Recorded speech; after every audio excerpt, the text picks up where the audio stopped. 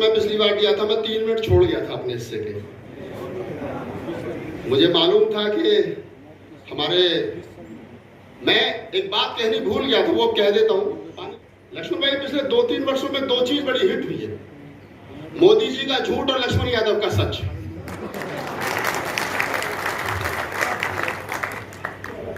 मैं भी बदायूं में था, अखिल भारतीय कवि सम्मेलन बाबा साहब की जयंती पे पिछले 50 साल से होता है। तो आपकी यूनिवर्सिटी के हिंदी विभाग के एचओडी बेचन साहब उसकी अध्यक्षता कर रहे थे। उन्होंने कहा कि मैं राहुल नागपाल को विशेष सुनने के लिए आया हूं।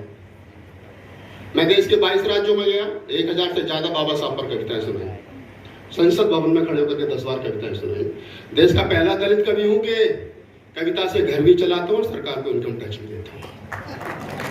ये बात कहने की हिम्मत प्रोफेसर राजकुमार जी से मिली कि अच्छी बात बताइए, क्यों बता रहे हो 3000 साल की गुलामी? हम थे ही नहीं गुलाम, हम तो 1 जनवरी 1818 याद रखते हैं बस। अच्छी बात है ना सर? संविधान पर कविता 1.5 मिनट की कविता। ये सोचिए कि संविधान आपसे बात कर रहा है। इस देश के अंदर जो भाई लक्ष्मण ने, भाई जितेंद्र मीणा ने और तमाम पूर्व के वक्ताओं ने बात कही संविधान को लेकर के, और आज संविधान पर बात हो रही है, तो मेरा मन है कि संविधान के ऊपर जो मैंने संविधान पर जो मैंने कभी गीत लिखा था, छोटा सा, वो गीत आपको सुनाऊं। तो सुने। हमारे बीच में कवि साथी जोगिंदर जी भी आए, उनका धन्यवाद है, वो सुन रहे हैं हमें। मैंने एक विचार मेरे मन मस्तिष्क में आया कि ये जो लोग हैं, ये जो कुछ संविधान संसद भवन की चंद कदमों की दूरी पर संविधान की कॉपियां जला रहे थे और जश्न मना रहे थे, ये कौन से लोग थे? इनकी पहचान होनी चाहिए। तो मैंने जो पहचान की, वो पहचान सिर्फ इतनी भर है कि जो अपने भाषण में, अपने बोलचाल में इस भारत को हिंदुस्तान कहते हैं, वो संविधान जलाने वालों के पक्ष में थे, और जो लोग भारत को भारत कहते हैं, वो संविधान को बचाने वालों के पक्ष में थे। क्योंकि भारत को हिंदुस्तान कहना ही अपने आप में गैर संवैधानिक है। मैं बस यहीं से अपनी कविता, अपने गीत को शुरुआत करता हूं। आप सुने कि संविधान जलाने वाले हैं, संविधान जलाने वाले हैं। कौन है संविधान जलाने वाले? मंच का ध्यान चाहूंगा। हिंदी के बड़े ज्ञाता लोग बैठे मंच पे, मैं साहित्य का छोटा सा विद्यार्थी हूं। कि संविधान जलाने वाले हैं, संविधान जलाने वाले हैं, इस भारत की माटी को हिंदुस्तान बताने वाले हैं, संविधान जलाने वाले हैं। ताली बजनी चाहिए यहाँ आपकी, बजाओ। कि संविधान जला, मीठी मीठी ताली बजाओ। संविधान जलाने वाले हैं, संविधान जलाने वाले हैं, संविधान जलाने वाले हैं, संविधान जलाने वाले हैं, इस भारत की माटी को हिंदुस्तान बताने वाले हैं, संविधान जलाने वाले हैं, संविधान जला। क्या कहता है संविधान? सुनिए कि मैंने 70 वर्षों से सबको है राह दिखाई। संविधान कह रहा है कि मैंने 70 वर्षों से सबको है राह दिखाई, जब कोई माया ममता इंदिरा है पास में आई, जब कोई माया ममता इंदिरा है पास में आई, ये शोषित पीड़ित मजदूरों की आवाज दबाने वाले हैं, संविधान संविधान जलाने वाले हैं, संविधान जलाने वाले हैं, संविधान जलाने वाले हैं, संविधान जलाने वाले हैं, इस भारत की माटी को हिंदुस्तान बताने वाले हैं, संविधान जलाने। और क्या कहता संविधान? सुनिए कि मैं भगत सिंह की भाषा में ऊधम का बलिदान। एक शब्द सुनिए आप, कि मैं भगत सिंह की भाषा में ऊधम का बलिदान, मैं बुद्ध की ध्यान साधना में भीम राव का ज्ञान, मैं बुद्ध की ध्यान साधना में भीम राव का ज्ञान, ये नाथूराम गौडसे को भगवान बताने वाले हैं, संविधान जलाने वाले हैं, संविधान जलाने वाले हैं, संविधान जलाने वाले हैं, संविधान। और सुनिए तेवर की 2-3 पंक्तियां। मैं खरा कबीर के जैसा, मैं महावीर का त्याग, मैं खरा कबीर के जैसा, मैं महावीर का त्याग, 100 के संग एक लड़ा दूं, गुरु गोविंद सिंह के बाज, 100 के संग एक लड़ा दूं, गुरु गोविंद सिंह के बाज। ये नरक स्वर्ग पाखंडों के सब ख्वाब दिखाने वाले हैं, संविधान जलाने वाले हैं, संविधान जलाने वाले। अंतिम पंक्ति इस गीत की आपको पेश कर रहा हूं। अभी बात समता मैत्री करुणा की कही गई, तो संविधान क्या कहता, सुनिए अंतिम पंक्तियां।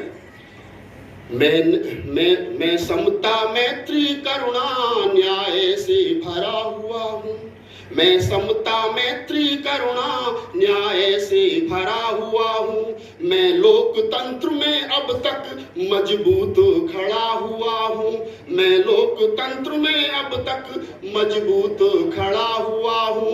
ये जात पात मजहब पर, ये जात पात मजहब पर सब खून बहाने वाले हैं, संविधान जलाने वाले हैं, संविधान जलाने वाले। मेरे इसी तालियां देखो बस, मुझे चल रहा। संविधान जलाने वाले हैं, संविधान जलाने वाले हैं, इस भारत की माटी को हिंदुस्तान बताने वाले हैं, संविधान जलाने वाले हैं, संविधान। बहुत बहुत धन्यवाद।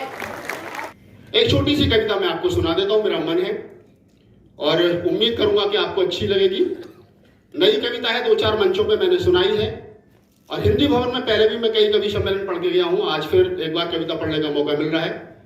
राजकुमार जी और तमाम साथी जो मंच पर बैठे हैं वो थोड़ा सा एक प्रोफेसर की भूमिका में आ जाएं, बस कविता को जांचने की कोशिश करें कि मैंने जो लिखा है वो सही है।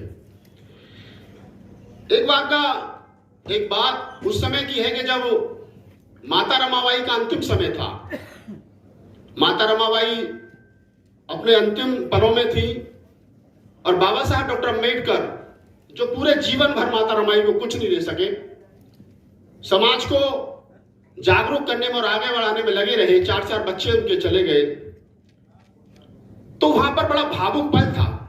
जब मैं बाबा साहब की जीवनी पढ़ रहा था तो मैंने सोचा कि वो समय क्या रहा होगा कि जब माता रमाबाई अपने अंतिम पलों में बाबा साहब डॉक्टर अम्बेडकर का हाथ पकड़ करके जो बात कहती हैं, तो वो बात मेरे मन मस्तिष्क में जो विचार आया वो मैंने लिखने की कोशिश की है। आप लोग कैसा सुनेंगे, मैं पहली पंक्ति से आपको पकड़ लूंगा। सुनिए, माता रमाबाई के एक जवाब सवाल और बाबा साहब के 2 जवाब। माता रमाबाई कहती है कि कदम हमारे थक चुके हैं, साहिब तुम इतना यकीन कर लो, कदम हमारे थक चुके हैं, साहिब तुम इतना यकीन कर लो, मैं 4 बच्चे गवा चुकी हूँ, साहिब तुम इतना यकीन कर लो, मैं 4 बच्चे गवा चुकी हूँ, साहिब तुम इतना यकीन कर लो, और हमारा राज रतन नहीं है, अरे इस धरा पर यकीन कर लो, और मिशन तुम्हारा तुम्हें मुबारक, मैं जा रही हूँ यकीन कर लो, मिशन तुम्हारा तुम्हें मुबारक, मैं जा रही हूँ यकीन कर लो। बाबा साहब का क्या जवाब था? मैं अक्सर देखता हूँ आजकल जयंतियों में नाचना गाना चलता है, मैं कह रहा हूँ यार विचार भी दिया करो, थोड़ा बहुत विचार भी जाना चाहिए, बाबा साहब की कोटेशन जानी चाहिए। ये तो चलता रहेगा, हम नाचते रहे आरक्षण चला गया, हम गाते रहे नौकरी चली गई, ये मकान बना लिए प्लास्टर नहीं कर पाएंगे अगर यही हाल रही तो। बाबा साहब क्या कह सकते थे, सुनिए बाबा साहब का जवाब कि अभी समय है जरा सा नाजुक, रमा तुम इतना यकीन कर लो, अभी समय है जरा सा नाजुक, रमा तुम इतना यकीन कर लो, बिना तुम्हारे चल ना सकूंगा, रमा तुम इतना यकीन कर लो, और हजारों राज रतन खेलेंगे, अरे इसी धरा पर यकीन कर करे लो कि हजारों राज रत्न खेलेंगे, अरे इसी तरह पर यकीन कर लो। और ये दुनिया तुमको नमन करेगी, मैं बोलता हूँ यकीन कर लो। ये दुनिया तुमको नमन करेगी, मैं बोलता हूँ यकीन कर लो। और 4 बिस्तर सुने सी तेवर में कि माता रमाबाई ने कहा कि आपका मिशन क्या है, तो बाबा साहब ने बताने की कोशिश की कि मिशन क्या है। सुनिए कि मिशन हमारा, मैं परसों पंत हॉस्पिटल में कविता पढ़ रहा था, नर्सों ने बुलाया था। एक मैं जब नीचे उतरा तो एक नर्स थी, काफी एजिड थी, वो मेरे गले मिलकर रोने लगी इस कविता को सुनने के बाद में। उन्होंने कहा कि मैंने बहुत कवि सुने, लेकिन अपने समाज का पहला कवि सुन रही हूँ कि जिसको सुनने के बाद मेरी आंखों में पानी आ गया। मैंने कहा बाबा साहब का जब जीवन पढ़ोगे ना, कविता तो छोड़ दीजिए, आप बिना रोए रह नहीं सकते, क्योंकि बाबा साहब का मिशन ही ऐसा है, बाबा साहब की बात ऐसी है। बाबा साहब का मिशन क्या था, 4 पंक्ति पढ़ने की कोशिश करता हूँ, आपकी हिम्मत देखता हूँ। बाबा साहब कहते हैं कि मिशन हमारा बहुत बड़ा है, रमा तुम इतना यकीन। इस पूरी कविता में एक कॉमन शब्द है, यकीन कर लो। बस जो मैं कह रहा हूं आप यकीन कर लो, ये बात मान करके सुनिए आप कि मिशन हमारा बहुत बड़ा है, रमा तुम इतना यकीन कर लो। हमारे बच्चों की ये कुर्बानी ना जाएगी व्यर्थ, यकीन कर लो। और हजारों वर्षों की ये गुलामी, अरे टूटेगी एक दिन, यकीन कर लो कि हजारों वर्षों की ये गुलामी, अरे टूटेगी एक दिन, यकीन कर लो। और हमारे बच्चे बनेंगे राजा, मैं बोलता हूँ यकीन कर लो। हमारे बच्चे बनेंगे राजा, मैं बोलता हूँ यकीन कर लो। बहुत सुंदर तरीके से आपने सुना। मेरा गला भी साथ नहीं दे रहा, बैक टू बैक प्रोग्राम है, माइक भी उतना अच्छा नहीं है, और मैं धन्यवाद देता हूँ आपको। एक शेर के साथ के ना झूठे रिश्ते रखते हैं, गाजियाबाद वालों, ना झूठे रिश्ते रखते हैं। आप जयंती मनाओ, बहुत अच्छी बात है, मनानी चाहिए, लेकिन समाज का कीमती पैसा इस बात में खर्च करो कि ऐसी विचार गोष्ठी हो जहां से कुछ अच्छी चीज निकल करके जाए, जहां से कुछ अच्छी बात निकल कर जाए। हमारी आने वाली नस्लों को हम बाबा साहब डॉक्टर अम्बेडकर का विचार जो है वो दे सके, हम बता सके कि शुद्ध बाबा साहब डॉक्टर अम्बेडकर का विचार है क्या, उसमें घोलबाल नहीं होनी चाहिए, तब जयंती मनाने की सार्थकता है। कि ना झूठे रिश्ते रखते हैं, ना झूठी शान रखते हैं, दीवाने भीम के हैं हम, अलग पहचान रखते हैं। जय भीम, नमो बुद्धाय, जय मुरलीधर।